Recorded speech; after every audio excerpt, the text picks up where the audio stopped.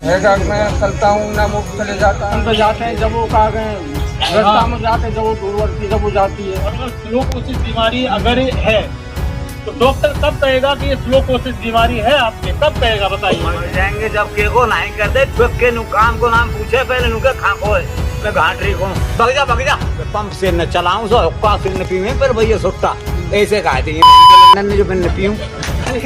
हम इनको गद्दी पे बैठाना जानते तो इनको गद्दी से उतारना भी जानते। हम मरेंगे और मारेंगे ये तो 2-3 दिन में हमको मार दिया जाए कि हमको न्याय दिया जाए। घाटरी गांव के अंदर हम बैठे हैं, रात का समय है, अनिश्चितकालीन धरने पर ये लोग बैठे हैं। एक बार मेरे सहयोगी को बोलूंगा ये दिखाओ, यहाँ पर इतने सारे लोग बैठे हैं। ये न्याय दो या मार दो, इनका एक ही स्लोगन है कि भैया न्याय दो या मार दो।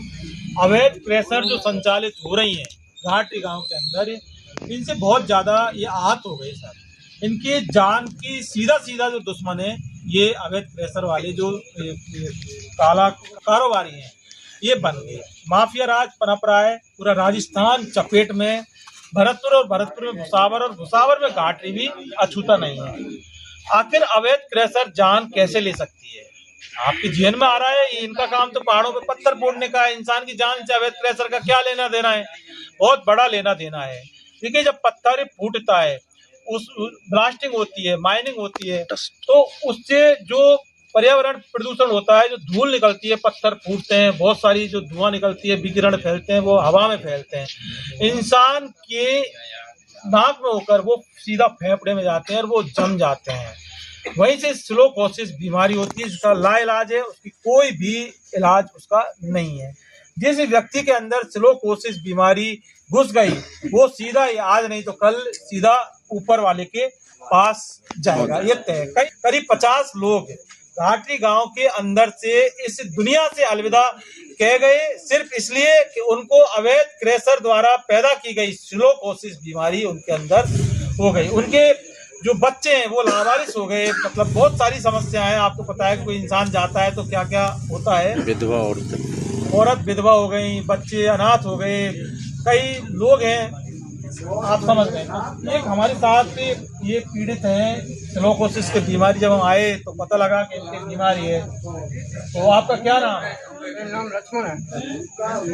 तो मेरी बीमारी ये है हैगा मैं चलता हूँ ना मुझ चले जाता है। तो कहा गए ऐसे जानवर हैं, कहा गए पशु चलते हैं पहाड़ों के अंदर, जो पहाड़ ब्लास्टिंग चलती है तो पर बता गए मिल पे आ जाती है। तो आपके अंदर ये कैसे घुसी? मतलब आपने वहाँ काम किया है या हमने रूटीन काम में? किया तो वो काम ही कहा, यही काम है, यही काम। पत्थर फोड़े को हाँ, चंद पैसों के चक्कर में अपने अपनी जो जान है वो दाव पर लगा दी, ना समझी में। यही बात। क्या इलाज कर रहा है आपका?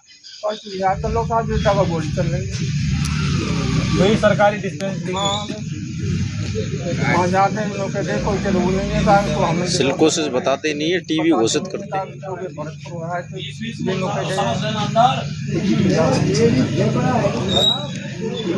अभी क्या अभी इलाज आपका कैसे होगा? इलाज होगा नहीं इसका तो भी अच्छे डॉक्टर को दिखाओ, शहर में जाओ, भरतपुर जाओ, जयपुर दिखाओ।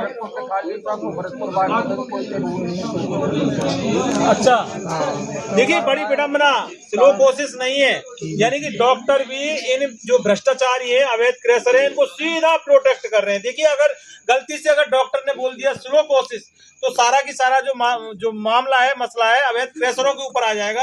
लेकिन डॉक्टर भी चूंकि है होने को तो सरकारी डॉक्टर है वो भी, तो कहीं ना कहीं होकर डायरेक्ट इनडायरेक्ट में ये जो डॉक्टर है, सरकारी डॉक्टर, ये भी अवैध जो क्रैशर है, इनके जो धंधा है इसको पनपा रहे हैं और इनको प्रोटेक्ट कर रहे हैं। और जो स्लो कोसिस नाम की बीमारी है वो इनको बता ही नहीं रहे और वो बोल रहे हैं कि टीबी हो रही है आपको। देखिए इससे बड़ी विडंबना नहीं हो सकती। आप समझ रहे हैं ना, जो अवैध क्रैशर वाले जो घाटी के जो लोग हैं, ये जो व्यापारी हैं, ये जो काले धंधे वाले हैं, इनको प्रोटेक्ट करने में पूरा सिस्टम, आप समझ रहे हैं कि एसडीएम पटवारी तो इस तरह से प्रोटेक्ट करते हैं, माइनिंग वाले इस तरह से करते हैं, पर्यावरण वाले, लेकिन डॉक्टर भी कहीं पीछे नहीं है। ये सरकारी डॉक्टर, बताइए आप, जो बीमारी है उस बीमारी को छुपाते हैं और पर्चे पर लिखता नहीं है स्लो कोसिस बीमारी है, जबकि हकीकत में स्लो कोसिस बीमारी ही इन लोगों के है, जो कि ब्लास्टिंग से जो धूल उड़ती है, जो पर्यावरण फैलता है, उससे, चूंकि इन्होंने तो वहां पर काम किया है खूब, जो पत्थरों की है वो सीधी की सीधी आपने तो निकली है वो खेतन पे जाते हैं, जब वो कहा गए रास्ता में जाते हैं, जब वो दूरवर्ती जब वो जाती है खेतन में पैदा में नहीं काटे, जब वो काटे जब वो का दूर उड़ती है। वो तो लोग जब जाते हैं ना तो निठार से मतलब हिंडोर वाले उनके भी नाक में घुस जाती है वो। ये बात यहाँ पर बहुत ज्यादा गंभीर है और गौर करने वाली बात है कि इन अवैध क्रैशरों को पनपाने में कहीं ना कहीं के डॉक्टर भी इनको पूरा प्रोटेक्ट कर रहे हैं, यानी कि संरक्षण कर रहे हैं। इन लोगों का कहना है कि अगर जब इनकी सिलोकोसिस बीमारी होती है लेकिन डॉक्टर उनको उस बीमारी को नहीं बताते और सीधा सीधा कह देते हैं सिलोकोसिस बीमारी नहीं है, टीबी है। और अगर सिलोकोसिस बीमारी अगर है तो डॉक्टर कब कहेगा कि ये सिलोकोसिस बीमारी है आपके, कब कहेगा बताइए? मर जाएंगे जब के को नहीं कर दे, छुप के नु काम को नाम पूछे पहले नुके खाको है मैं घाट रही हूँ, भग जा कोई इलाज ना है, टीबी होगी जा नहीं कर दे, भरतपुर नहीं कर दे, गोसावर नहीं कर दे, दवा गोली टाइम पे ना दे, नु कहते हैं अब के बाद मत आना मेरे पास दिखाने के लिए, ये कहते हैं। हाँ गोसावर के भी ये कहते हैं, गोसावर के नहीं कहते आपके पास मत ही हो।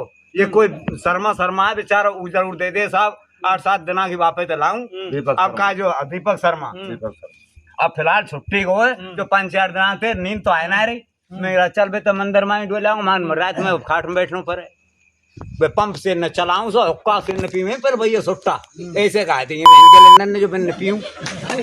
चैनल है ये, गाली मत पको, हमें मेहनत करनी पड़ेगी आवाज काटने में आपकी। गाड़ी मत तो बस सुट्टा से खींचना पड़े हम दबा के बटन से दबाऊं और जब जाके न धुआं से निकले हम से जब न आराम मिले 10 मिनट। नहीं तो फिर डॉक्टर को आप ये बोलते नहीं है कि भाई गांव का नाम ये मेहमान है साहब, का नाम देखते कैसे भगा रहा है, गांव का नाम देखते ही डॉक्टर कैसे भगा रहा है? जाने इनको पैसा मिल नहीं का कोई पता नहीं। तो ऐसे कैसे काम चलेगा? आपका नाम क्या है बताइए? कि मतलब डॉक्टर घाटरी का नाम सुनते ही भगा देते हैं, बोले भागो यहाँ से। साहब उनको पैसा मिलता है, टाइम से टाइम पैसा मिले सरकार माते। एक बात बताओ साहब कि जब ग्रामीण की लाइट लट्ठा खराब है जाए या टूट जाए, जब तो ग्रामीण की तो बने 3 दिन में और बिन की बन जाए 10 मिनट में ही, तो ये पैसा की करामात तो है साहब।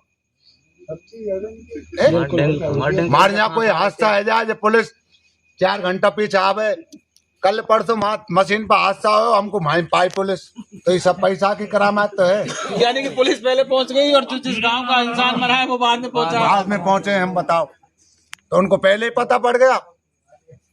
तो ऐसा हो रहा है, ये सरकार है, सरकार ने समझ रही है कि अब हम बादशाह हो गए, लेकिन हम बनाना जानते हैं तो इनको नीचे पटकना भी जानते हैं। या चक्कर में मत ही जो कोई MLA MP कोई मंत्री इस नींद में मत सोना कि ये सरकार हमारे बाप की है। जिस दिन हम सोच लेंगे और सोच लिया हम इनको गद्दी पे बैठाना जानते तो इनको गद्दी से उतारना भी जानते। हम मरेंगे और मारेंगे,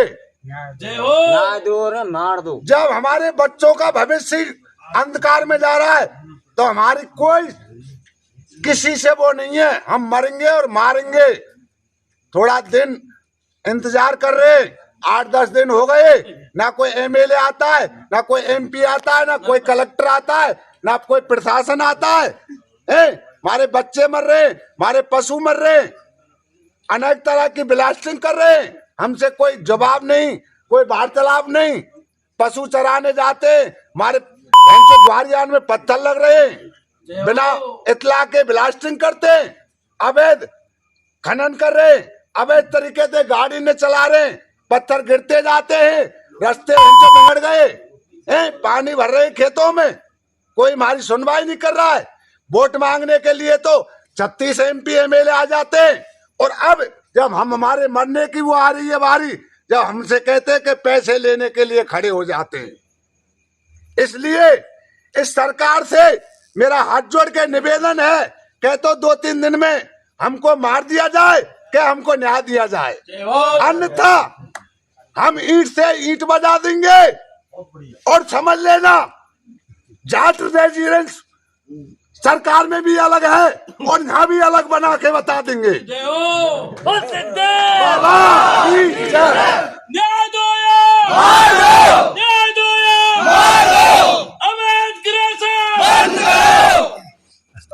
देखिए, ये जो आवाज है इसके अंदर जो दर्द है, ये कोई ड्रामा नहीं है, ये कोई एक्टिंग नहीं कर रहा है ये व्यक्ति। ये वाकई यहाँ पर जो बैठा है, ये जो बोल रहे हैं, ये यही सच है।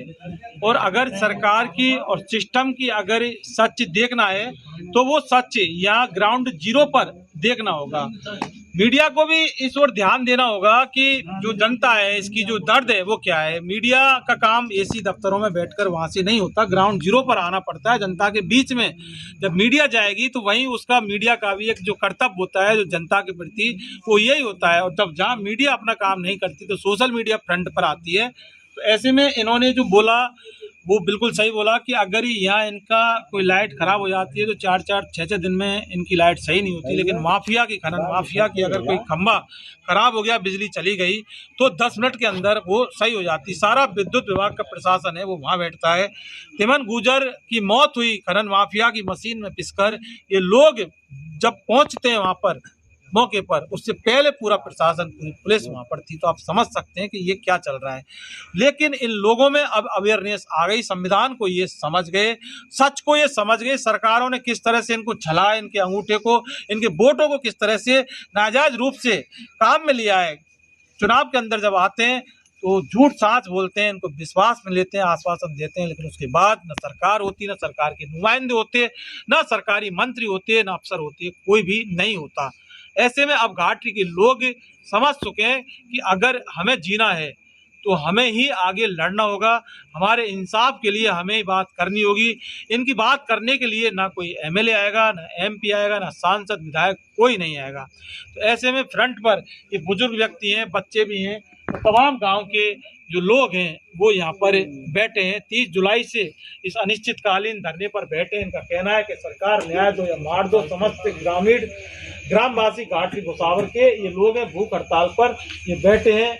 अब ये सवाल ये है कि न्याय किससे चाहिए। अवैध खनन एवं अवैध प्रेशरों को बंद जब हो जाएंगे तब ये मानेंगे कि हमें न्याय मिल गया। और अगर न्याय नहीं मिला तो फिर आप क्या बताएं, न्याय नहीं मिलेगा तो फिर मार दो, मर्डर कर दो इनका, सीधी सी बात। इन्वेस्टिगेशन मीडिया के लिए घाटी गांव से पवन कुमार के साथ में जितेंद्र शर्मा।